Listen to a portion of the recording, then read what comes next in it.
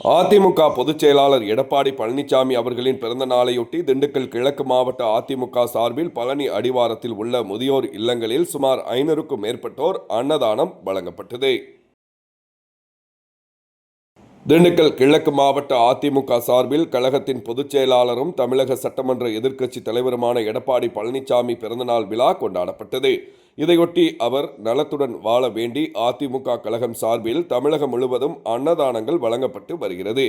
அந்த வகையில் பழனி கிழக்கு மாவட்ட அதிமுக சார்பில் எம்ஜிஆர் இளைஞரணி மாவட்ட இணைச் செயலாளர் பன்னாடி ராஜா மற்றும் மாவட்ட இளைஞரணி செயலாளர் அன்வர்தீன் ஏற்பாட்டின் பேரில் அடிவாரத்தில் புண்ணியம் முதியோர் இல்லங்களில் 500க்கும் மேற்பட்டோருக்கு அன்னதானம் வழங்கப்பட்டன. திண்டுக்கல் கிழக்கு மாவட்ட பொருளாளரும் முன்னாள் எம்எல்ஏ வேணுகோபால், எம்ஜிஆர் இளைஞரணி துணைச் செயலாளர் ரவி மனோகரன், நகர கழக செயலாளர் முருகானந்தம், முன்னாள் எம்எல்ஏ குப்புசாமி, ஒன்றிய செயலாளர் மாரியப்பன், பாலசமுத்திரம் பேரூர் கழக செயலாளர் சக்திவேல் உள்ளிட்ட பலர் கலந்து கொண்டனர். திங்கட்கிழமை மாலை 5 மணி அளவில் கிடைக்கப்பெற்ற தகவல்.